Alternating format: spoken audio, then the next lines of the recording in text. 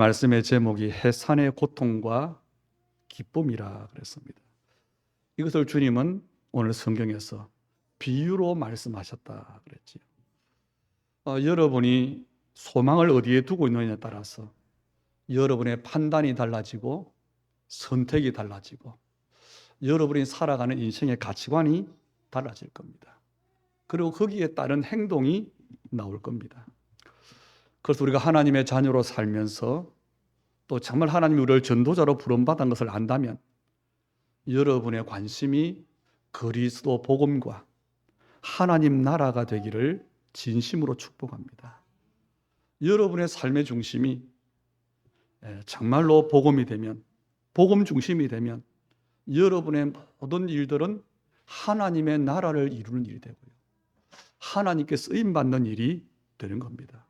왜냐하면 여러분에 대한 계획이 있는 것처럼 여러분의 모든 일에 대해서도 하나님의 계획이 있기 때문에 그렇습니다. 그런데 반대로 종교 속에 내가 있으면 날이 갈수록 처음에는 은혜로 시작하고 기쁨으로 시작했다가 열심으로 했다가 날이 갈수록 예배가 뭐가 되느냐? 형식적이 되어져요. 날이 갈수록 처음에는 뭔가 믿음의 마음, 진실하고 뜨거운 마음이 있다가 냉랭해집니다. 그게 종교 속에 있는 거예요. 그리고 날이 갈수록 복음을 알면 알수록 응답과 기쁨이 확인되어야 되는데 답답해집니다. 이게 종교 속에서 그렇습니다. 그런데 정말 여러분이 복음 속에, 언약 속에 있으면 예배는 감격이 됩니다. 예배 때마다 은혜가 됩니다. 그리고 여러분의 삶 속에 하나님의 말씀이 성취되는 걸 보기 때문에 날이 갈수록 힘을 얻게 되는 겁니다. 이게 종교 생활과 복음 생활의 차이입니다. 오늘 말씀의 제목이 해산의 고통과 기쁨이라고 했는데 이걸 그냥 육신적으로 이해하면 고생을 하고 나면은 기뻐할 날이 오구나, 그 말이 아닙니다. 어떤 사람은 성도가 그런 말을 해요. 복음을 위해서 고생을 많이 한 사람은 나중에 하나님 나라에 가서 큰 상을 받는다. 맞습니까? 그런데 우리가 사실은요, 복음을 위해서 고생한다고 하는 말이, 그 말 자체가 성립이 안 되는 겁니다. 왜 그렇습니까? 복음은 우리 인간이 절대로 해결할 수 없는 그 문제, 인간의 근본 저주 문제를 해결한 게 복음이에요. 복음을 우리가 받은 거지요. 복음으로 내가 복을 받은 거지요. 그런데 복음을 위해 수고한다. 복음이 이루어지도록 수고하는 게 아니고, 이제 복음이 증거되는 그 일에 물론 수고라고 하겠지만요, 조금 말이 다른 말입니다. 우리 인생의 문제는요, 결국 한 가지입니다. 뭐지요? 생명의 문제예요. 여러분의 문제가 아무리 많아도 아무리 커도 결국 결론은 뭐지요? 사느냐 죽느냐입니다. 이게 우리 인생의 문제예요. 그런데 우리 인생이 어떻습니까? 하나님을 떠나서 영적 사망 상태에 빠졌어요.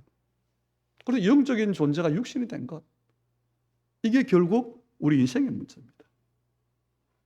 그냥 단순히 사망 상태가 아니고 죄와 사탄에게 그 인생이 붙잡혀졌어요. 그게 인생의 문제입니다. 그 문제를 해결해 주시겠다는 약속이 구약의 메시아 약속입니다. 그 약속이 성취된 것이 예수님의 탄생이요, 예수님의 죽으심이요, 그리고 예수님의 부활입니다. 이렇게 우리의 모든 문제를 해결하신 예수님께서 약속하셨어요. 보혜사로 너희 안에 너희와 함께 영원히 있겠다 그랬습니다. 이 약속이 실제로 사도행 2장에 보니까 오순절날 마가 다락방에 성령이 강림함으로 성취가 되어졌어요. 그래서 그 이후로 모든 믿는 사람 속에는, 예수님을 영접한 사람에게는 성령께서 내주하시고 그 사람을 인도하시고 동행하시는 계신 거예요. 그래서 하시는 일이 뭐냐? 주님이 나와 함께 되어지는 그 일이 뭡니까? 그게 바로 땅 끝까지 정인이 되게 하겠다는 겁니다. 지금 그 일이 구원받은 여러분 속에 이루어진다는 겁니다. 저와 여러분이 예수를 그리스도로 고백하고 영접하는 순간 우리 안에 성령께서 임하셨어요. 성령이 임한 우리의 삶을 통해서 하나님의 나라 세계 복음화가 이루어진다는 겁니다. 이것이야말로 우리가 받을 수 있는 최고의 축복입니다. 그래서 성경에 보면 이 하나님의 복음을, 이 약속을 정확히 붙잡은 사람은 한 사람도 예외 없이 이 땅에서 승리하는 응답을 받았어요. 그리고 그 인생 자체를 승리했습니다. 그리고 세상과 불신자 앞에 증인이 되어졌어요.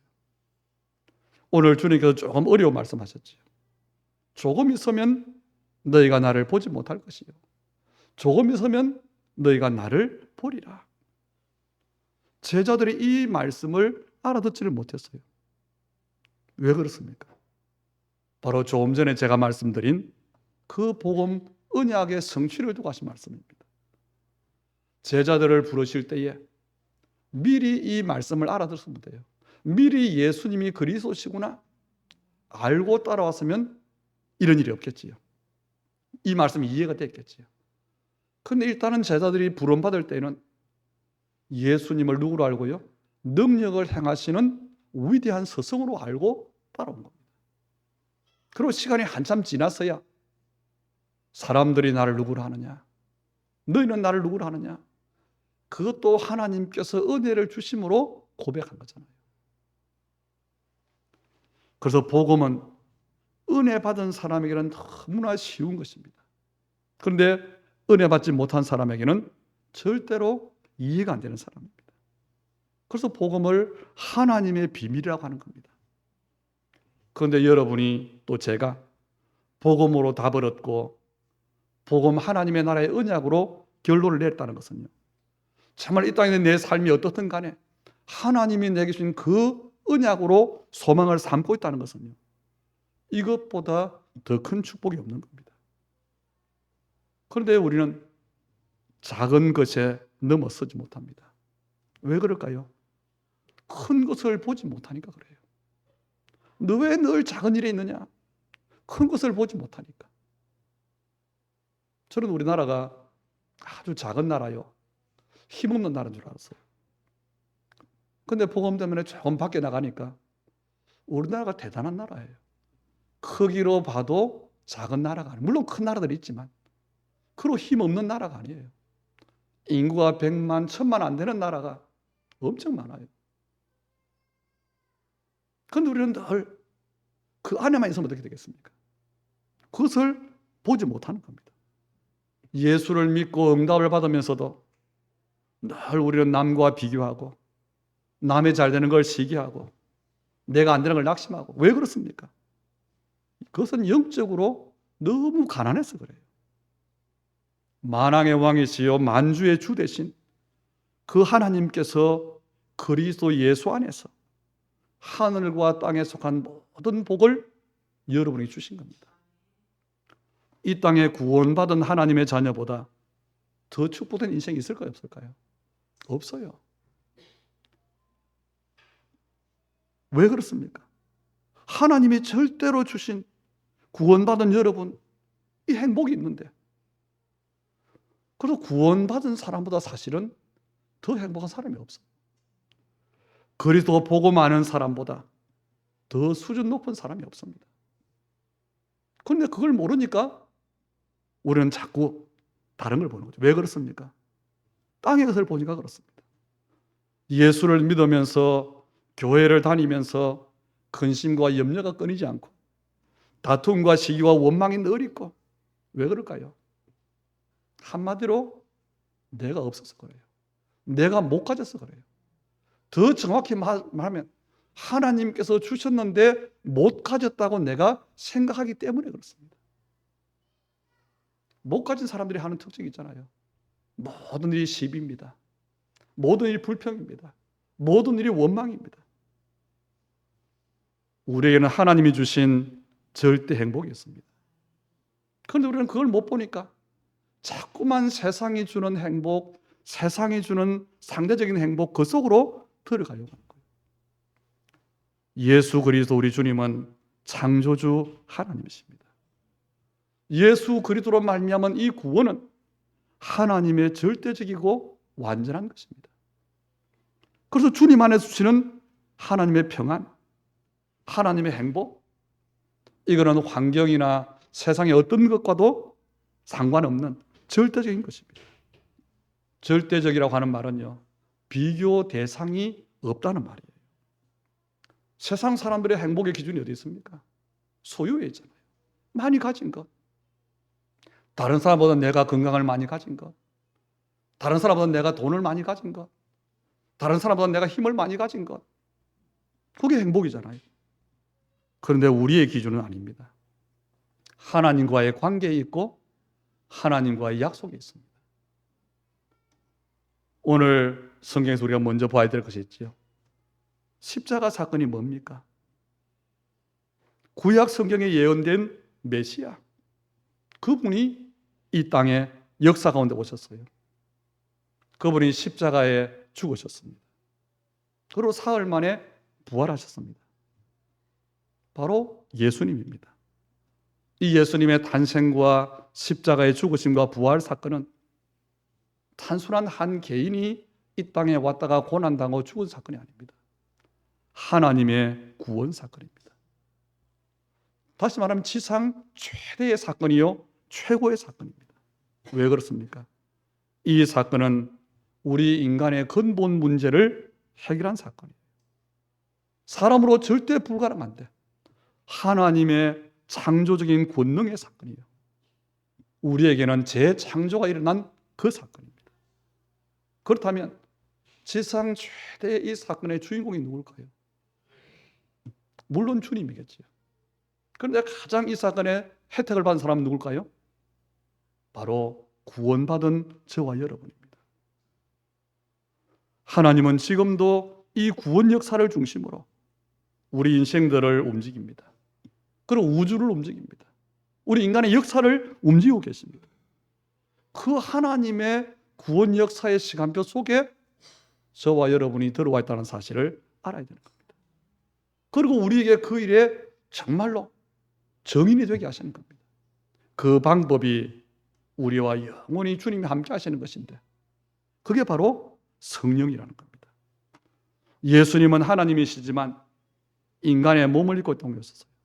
그래서 신학적으로 예수님은 100% 인간, 동시에 100% 하나님. 이게 신학적으로 하나님에 대한 정리입니다. 100% 인간이어야 우리의 죄를 대속할 수 있어요. 100% 인간이어야 사단을 꺾을 수 있습니다. 그런데요, 우리 주님이 공생애 동안 육신을 가지고 있는 동안에는 100% 인간이에요. 그러니까 뭐가 제한이 있죠? 시간과 공간의 제한이 있는 겁니다.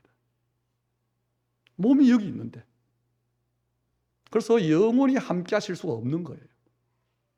그래서 약속하신 것이 우리 지난 시간에 봤죠. 보혜사 성령을 너희에게 보내주시겠다. 이게 하나님의 방법입니다. 그래서 오늘 조금 있으면 너희가 나를 보지 못하겠고, 왜 못 봅니까? 육신으로 볼 수가 없어요. 조금 있으면, 오늘 이 말씀의 배경이 최후의 만찬자리잖아요. 조금 있으면, 며칠 있으면 주님이 십자가에 죽으시는 겁니다. 그리고 부활하시고 하나님께로 가시는 겁니다. 그래서 너희가 나를 보지 못할 것이다. 그 말입니다. 그리고 조금 있으면 보겠다는 말은 뭡니까? 성령으로 내주하실 그때. 그런데요, 23절에 보세요. 그 날에는 너희가 아무것도 내게 묻지 아니하리라. 묻지 않는 것은 이유가 하나밖에 없어요. 왜 묻지 않지요? 알면 아는 것은 묻지 않잖아요. 이해가 되는 것은 질문하지 않잖아요. 그렇죠? 그런데 이미 예수님께서 제자들에게 말씀하셨어요. 요한복음 14장 26절에 보니까 뭐라고 했냐? 보혜사 곧 아버지께서 내 이름으로 보내실 성령, 그가 너에게 모든 것을 가르치고 내가 말한 모든 것을 생각나게 하시리라. 그 말씀 분명히 하셨어요. 그래서 사실은 물어볼 필요가 없는데 제자들은 모르고 있는 겁니다. 정말로 성령이 내 안에 와 계시고 나를 인도하시고 내 삶의 복음이 복음대로 역사하신다는 사실을 실제로 누리는 사람은 신앙생활에 별 궁금증이 없을 겁니다. 왜요? 그래서 신앙생활이 쉬운 거예요. 따질 게 없는 겁니다. 뭔가 그래도 그렇지 토달 게 없는 겁니다. 그래서 제자도라고 하는 책에 보면요, 진짜 제자에 가는 길은 뭐냐? 묻지 않고 따라가는 겁니다. 여러분, 하나님의 언약궤를 따라가는 이스라엘의 모습이 구약에 많이 나오잖아요. 전쟁할 때도 언약궤를 앞세우고 가고, 홍해를 건널 때도, 요단을 건널 때도, 여리고 성을 무너뜨릴 때도 항상 언약궤를 앞세우고 갔어요. 그런데 이 언약궤가 어떤 나무로 지어졌을까? 어떤 모양일까? 속에 뭐가 들었을까? 물론 다 성경에 나와 있지만 그것을 굳이 분석하고 따질 필요가 없어요. 왜 그렇습니까? 그냥 따라가면 돼요. 이 말은 여러분이 신앙생활 하면서 성경 공부도 하지 말고 신학 공부도 하지 말고 무조건 믿으란 말이 아니에요. 하나님의 말씀이면 내가 토를 달 이유가 없다는 겁니다. 우리가 신앙생활 하면서 또 전도운동하면서 많은 일들 일어나잖아요. 그런데 정말로 이 복음의 시간표 흐름 속에 있는 사람들 가운데 진짜 유명하지도 않고 특별하지도 않고 평범한 사람 같은데, 오히려 안 되는 사람 같은데 진짜 전도자로 보이는 사람들이 있어요. 이 사람들은 원망하고 불평하고 따질 만한 일이 있어도 말하지 않습니다. 왜 그렇습니까? 내가 언약의 여정에 가고 있다는 것을 알기 때문에 그래요. 이 말은 무슨 말이냐? 내가 복음을 가졌지만 아직 복음화가 안 됐다는 겁니다. 알기 때문에. 다시 말하면 공사 중이라는 겁니다. 지금 현재만 보면요, 공사 현장에 얼마나 문제가 많습니까? 정리도 안 돼 있고 어수선하고, 그렇죠? 그것만 보면 문제가 있다 볼 수 있죠. 그것만 보면 틀렸다고 생각할 수 있습니다. 그러나 내 안 되는 인생이 공사 중이라는 사실을 안다면, 공사 중이지만 하나님의 절대 계획이 있다는 사실을 정말 안다면 흔들릴 이유가 없잖아요. 하나님은 최고의 계획을 가지시고 지금 우리의 인생에 공사를 하고 계신 겁니다. 어떻게 해요? 성령의 역사를 통해서 우리의 삶을 작업하고 계시는 겁니다. 우리가 그 속에 있는 거예요. 예를 들면 이렇습니다. 애굽에서 비참하게 노예 생활을 하고 된 이스라엘 백성들, 노예예요. 도무지 답이 없습니다. 그런데 그들을 향한 하나님의 계획은 가나안 정복입니다. 그렇죠? 400년 동안 노예로 살았기 때문에 전혀 질서도 없고 혼란도 없고 자기 생각도 없어요. 싸울 수도 없습니다. 그리고 이 사람들이 얼마만큼 우리와 비슷하냐? 다혈질이에요. 어떻게 해요? 일만 생기면 원망하고 불평하고, 틈만 나면 하나님께 대들고, 조금만 하면 애국으로 돌아가자고 하고. 이게 이스라엘이에요. 이런 이스라엘에 대한 하나님의 계획이 가나안 정복이라니까요. 이런 이스라엘 통한 하나님의 계획이 뭐냐? 세계 복음화라니까요. 그래서 이스라엘이 그렇게 다혈질이고 불평하고 불신앙했는데도 불구하고 하나님의 계획이 세계 복음화이기 때문에 이스라엘을 당할 민족이 없어요. 지금 실제로 역사 가운데 그렇게 세계의 강대국들이 역사 속에 없어졌잖아요. 살아남아 있습니다. 왜 그렇지요? 언약의 백성이기 때문에 그렇습니다. 하나님께서 함께 하시기 때문에 그렇습니다. 지금 저와 여러분이 바로 그 하나님의 시간표 속에 있다는 겁니다. 우리의 믿음은요, 진행 중입니다. 우리 주신 하나님의 언약은 지금도 성취되고 있습니다. 그래서 신앙생활을 하면서 내가 어렵다. 진행 중이면 지나가는 거예요. 그런데 왜 어려우냐? 그 흐름을 타야 되는데 내가 서 있는 거예요. 물의 흐름을 타고 어떤 물건이 이동하면 쉽잖아요. 그런데 그 어떤 것이 섰다면 그게 거슬리게 되는 거죠. 지금까지 교회사를 보면 복음을 회복한 운동들이 많아 있습니다. 그런데 그 복음을 회복한 그 운동들이 지금까지 지속되는 것은 별로 없지, 많지 않아요. 거의 없습니다. 다시 말하면 우리의 전도 운동은 끝나면 안 된다는 겁니다. 그래서 계속해서 우리의 삶의 여러분의 현장에 하나님 나라의 일이 진행되고 있는데 실제로 알아야 되고 그 일을 두고 우리는 끝까지 가야 한다는 겁니다. 그게 바로 성령의 역사입니다. 그게 바로 보혜사를 약속하신 이유입니다. 그게 뭡니까? 응답인데 말씀이 성취되는 응답입니다. 지금 보면 나는 별 힘이 없고 내게는 되는 일이 없는 것처럼 보이고 아니, 지금도 하나님의 계획은 이루어지고 있습니다. 여러분 오늘을 보면 문제도 많고 연약하지만 여러분의 과거와 지금까지의 삶을 두고 한번 돌아보세요. 우리가 얼마나 응답받았습니까? 일단 내 생각이 세계 복음으로 바뀌어졌다. 이것만 해도 보통 축복이 아닙니다. 정말 나의 정체성이 밥 먹고 사는 인생인 줄 알았는데 전도자다. 거기에 발견된 것. 그리고 언약을 붙잡고 기도한다. 저는 늘 내 소원 가지고 문제 가지고 육신 가지고 기도했는데 언약 가지고 기도한다. 이게요, 그 자체가 축복 중의 축복입니다. 하나님이 우리를 통해서 하나님 나라의 일을 행하시고 계신다. 정말 확신하게 되기를 주의 이름으로 축복합니다. 조금 있으면 우리는 흔히 이걸 하나님의 시간표로 말하지요.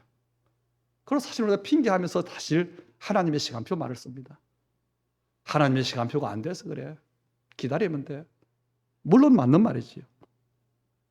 그런데 그렇지 않습니다. 시간과 생명의 주인 되시는 우리 하나님은, 우리 주님은 절대 실수하지 않습니다. 정확한 시간표를 두고 그 일을 진행하십니다. 여러분에게 그 정확한 시간표대로 분명히 응답이 올 것입니다. 18절에 보면 그래서 제자들이 못 알아들었어요. 조금 있으면이라 하신 말씀이 무슨 말이냐? 그래서 예수님이 말하지요. 내가 아버지께 가는 것이다. 17절에. 주님께서 성천하셔야 내가 가야 또 다른 보혜사를 너에게 보내주실 것이라 그랬잖아요. 예수님께서 가셔야 보혜사 성령이 오시는 거죠. 그런데 못 알아들으니까 20절에 보니까 너희는 곡하고 애통하고 세상은 기뻐 너희는 근심하겠다 그랬어요. 예수님이 죽으시니까 슬프지요. 곡하고 애통하고 함께 계신 주님이 함께하지 않으니까 근심이 되고 주님은 십자가를 지시기 위해 오셨습니다. 그리고 떠나가셔야 됩니다. 이 슬픔이 얼마나 큰지요. 제자들에게는 해산하는 고통과 같다는 겁니다. 제가 요즘 마음이 좀 찡할 때가 있는데 뭐냐. 우리 유아가 우리 집에 그 가족 사진을 보면서 가끔씩 멈추고 있어요. 그럼 뭐냐, 삼촌 얼굴을 만져요. 얘가 말은 못하지만 안 보이니까 집에도 안 보이고 야, 얘가 뭘 생각하나 보다. 아이도 그렇습니다. 그런데 함께 있던 주님이 떠나가셨다. 정말 사랑하는 가족이 이 땅을 떠났다.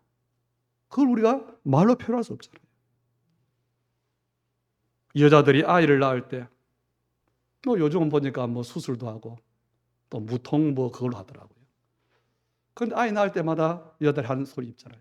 다시는 아이 안 낳겠다. 그렇죠? 왜? 그만큼 고통스럽다는 겁니다. 그런데 조금 있으면 또 나아요. 왜 그럴까요? 해산의 고통이 그렇게 큰데 또 났습니다.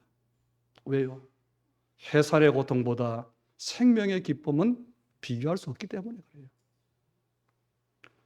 주님께서 십자가의 죽으심과 부활 성천을 통해서 당장 죽으시고 떠나니까 슬픈 것이 되지만 최고의 축복, 생명의 축복으로 주님께서 생명으로 성령으로 우리 안에 오시는 겁니다. 그걸 주님은 해산의 고통과 기쁨이라 그랬어요. 누가복음 11장 13절에 보니까 기도에 대해서 예수님이 말씀하시면서 악한 아비도 자식에게 좋은 걸 줄 줄 안다. 그런 마지막 결론으로 말했어요. 하물며 하늘에 계신 너희 아버지께서 구하는 자에게 성령을 주시지 않겠느냐. 육신의 부모가 자녀에게 가장 좋은 걸 줄 줄 아는데 하나님은 최고의 좋은 걸 주시는데 그것이 바로 성령이라는 겁니다. 그런데 이 비밀을 모르니까 뭐하지요? 곡하고 애통하고 근심하는 겁니다.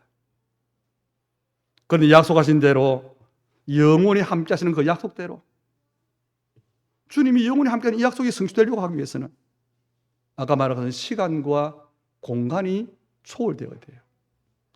어떻게 모든 사람에게 동시에 함께합니까? 어떻게 모든 시간에 동시에 역사하십니까?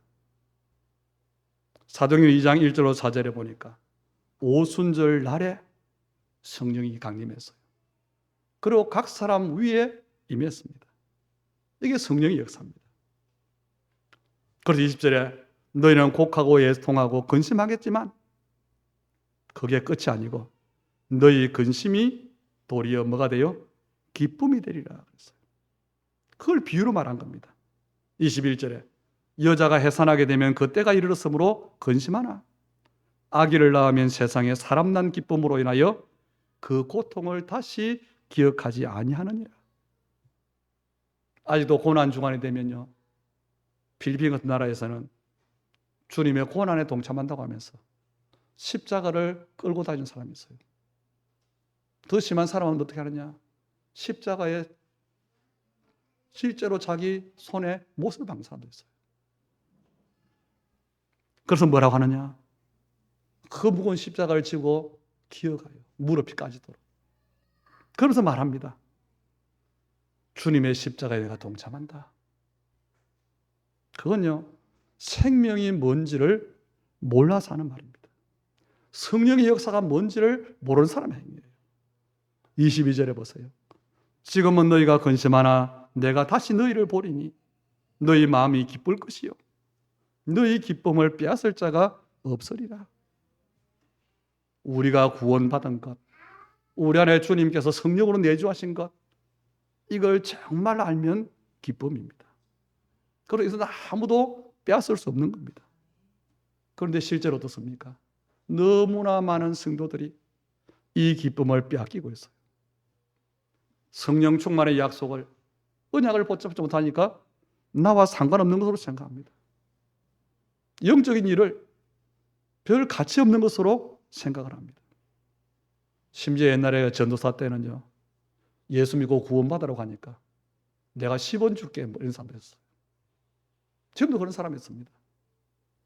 이 성령 충만을 모르니까 차라리 돈 많은 달라는 사람도 있어요. 왜요? 지금 내 발등에 불이 떨어져서 내가 굶어서 죽게 됐는데 무슨 임마누엘이고 무슨 성령 충만이고 무슨 세계복음을 하는 겁니다. 왜 그럴까요? 당연해요. 그리스도의 비밀을 모르면 그렇습니다. 우리도 옛날에 사실 그랬잖아요. 절대적인 이 기쁨, 절대적인 행복, 이걸 진짜 가진 사람은 다 빼앗겨도 사실 상관이 없지요. 다 빼앗긴다고 가난해집니까? 다 빼앗겨도 우리는 최고의 부자입니다. 왜요? 우리 아버지가 하나님이십니다. 창조주십니다. 마치 뭐와 같습니까? 세계 헤비급 복싱 선수가 길을 가는데 동네 불량배들이 시비를 걸어요. 어떡하겠지요? 같이 싸울까요? 차라리 맞아줄 겁니다. 우리 기독교인들이 속이 좁고 양보를 못하고 작은 일 하나에 기뻐했다가 슬퍼했다가 왜 이렇게 그릇이 작을까요? 하나밖에 없어요. 하나님으로부터 어마어마한 축복을 받았는데 그 축복받았다는 사실을 몰라서 그래요. 모르니까 당연히 누리지도 못하지. 저와 여러분은 절대 망할 수 없는 이름을, 축복을 가지고 있는 겁니다. 그래서 오늘 주님이 그 약속들의 근거로 기도하라고 했어요. 창조주시며 모든 문제를 해결하신 그 예수님이 내 이름으로 기도해라. 저와 여러분은 예수님의 이름으로 하나님께 기도할 수 있습니다. 정확한 의미는 뭡니까? 이미 하나님의 계획이 있기 때문에 응답이 와 있는데 응답을 받아놓고 기도하는 겁니다. 왜? 약속이 되어 있잖아요. 그런데 기도의 비밀을 모르면 기도하는 게 힘들어요. 기도하는 시간이 아깝게 느껴져요. 왜냐? 사탄은 할 수만 있으면 구원받은 사람들이 기도하지 못하도록 방해하는 겁니다. 세상을 정복하는 사람들은 대표적으로 새벽형 인간이잖아요. 우리가 일찍 자고 일찍 일어나는 것, 이게 인간 창조의 원리에 보면 맞아요. 왜요? 옛날에는 밤에 불이 없었어요. 그럼 낮에 일하고 어두우면 자고, 그게 맞는데, 그런데 요즘 밤에 뭐 합니까 사람들이? 학교에는 뭐 보충 수업이다, 뭐다, 자율학습이다, 밤늦게 붙잡고 있지. 어쨌든 세상이 어떻게 하느냐? 이 사단이 우리 인간을 올빼미 체질로 만들고 있어요. 다윗은 말하기를 새벽에 도우시는 하나님, 그런 고백을 했어요. 왜? 새벽에 중요한 일이 일어납니다. 다시 말하면 기도를 이야기하는 거예요. 하루의 첫 시간을 하나님을 바라보고 하나님과 교제하고 기도로 시작한다면 하루가 분명히 다릅니다. 새벽 기도를 하고 가면 나는 졸릴 텐데요. 그 생각만 바꾸면 돼요. 나는 주일날 예배하는데 일주일 동안 피곤했으니까 좀 늦잠 자야지. 늦잠 안 자면 피곤할 텐데 그것만 바뀌면 돼요. 처음에 물론 힘들겠지요. 그런데 우리 몸은 그 시스템이 있기 때문에 만들어져요. 새벽에 일단 가면요, 저 같은 경우에 일단 아침에 한 2시간, 3시간 굉장히 긴 시간이 있어요. 아무도 방해받지 않는 시간. 하루가 다릅니다. 그리고 삶의 규모도 잡혀집니다. 그런데 실업자들이 제일 바빠요. 왜 바쁠까요? 몸도 망치고 돈도 못 벌고, 그런데 시간이 없어요. 삶의 조화가 완전히 깨어져 있기 때문에 그렇습니다. 23절, 24절에 보니까 내가 진실로 진실로 너희에게 이르노니 너희가 무엇이든지 아버지께 구하는 것은 내 이름으로 주시리라. 그리고 중요한 말씀이 나오죠. 24절에 지금까지는 너희가 아무것도 구하지 아니하였으나 구하라 그리하면 받으리니 너희 기쁨이 충만하리라. 아니 내가 예수 믿고 수십 년이 됐는데 그동안 내가 기도했는데 지금까지는 너희가 아무것도 구하지 아니하였다. 무슨 말입니까? 복음을 모르면요, 기도했는데 기도한 게 아닙니다. 무조건 달라고 하는 기도 말고 하나님의 언약을 가진 바른 기도를 사실적으로 하라는 겁니다. 그리스도는 모든 문제 해결자요 하나님의 비밀이고 그 안에 모든 축복이 감춰져 있기 때문에 그 이름으로 기도하면 됩니다. 그럼 우리의 결론은 간단하지요. 이 사실을 내 것으로 만들면 돼요. 이 약속을 믿음으로 내가 누리면 되는 겁니다. 예수님은 나의 모든 문제를 해결하셨고 지금 성령은 나와 함께 하시는데 영원토록 함께 하실 것이고 지금 나는 여러 가지 일들을 만났지만 예수의 이름으로 기도해서 응답받는 것, 이게 당연한 구원받은 자의 삶입니다. 그래서 이 세 가지만 하면 돼요. 구원받은 사건을 알고 사실을 알고 주님이 나와 함께하는 비밀을 알고 기도해서 응답받는 삶을 살면 그 삶은 당연히 성공될 수밖에 없잖아요. 그리고 승리하신 그분이 나와 함께 계시기 때문에 이 땅에서 어떤 환난이 일어나도 담대할 수 있습니다. 오늘 그걸 33절에 말하고 있죠. 해산의 고통과 기쁨이 뭡니까? 십자가를 통한 구원의 축복을 정말 누리는 것이 그 기쁨입니다. 내가 언약의 자녀로 기도의 비밀을 누림으로 응답받는 것, 그게 우리의 기쁨이 되어야 되는 겁니다. 그냥 볼 때는 해상 하나는 고통처럼 보일 수 있지만 우리의 삶이 언제부턴가 여러분이 이 비밀을 누리면 전도의 문이 열리는 걸 알게 될 겁니다. 제자의 문이 열리는 것을 보게 될 것입니다. 뭐 하면 되느냐? 생각을 바꿔야 돼요. 아까 시작이 그러죠. 관심에 따라서. 정말 저와 여러분의 관심이 복음 그리고 하나님의 나라, 그렇게 되면 됩니다. 오늘 말씀 속에서 중요한 기도 제목을 찾고 오늘 성경이 말하는 33절의 말씀했지요. 최고의 평안, 최고의 승리 누리시기를 주의 이름으로 축복합니다. 좋으신 아버지 하나님, 감사를 드립니다. 우리의 눈을 열어주셔서 하나님이 주신 것을 보게 하시고 우리의 마음 눈을 밝히사 알게 하시고 우리의 믿음을 축복하셔서 믿음으로 누리게 하여 주시옵소서. 구원받은 성도된 나의 신분과 주님이 부르신 전도자의 정체성 가지고 늘 함께 하시는 주님을 날마다 확인하고 그 이름으로 기도하다가 응답받는 당연히 삶에 성공할 뿐 아니라 하나님 나라의 일을 두고 땅까지 정인되도록 우리 언약의 사람 한 사람 한 사람을 그들의 일과 삶을 두고 주님 역사해 주시옵소서. 우리 예물드림을 연락해 주시되 하나님 나라의 일에 꼭 필요한 쓰임받는 예물로 주님 축복해 주시고 그 일 때문에 약속하신 모든 것 위에 더하시는 세상의 불가능을 가능케 하는 빛의 경제의 복으로 우리 하나님의 사람들을 축복해 주시옵소서. 예수님 이름으로 기도하옵나이다. 아멘.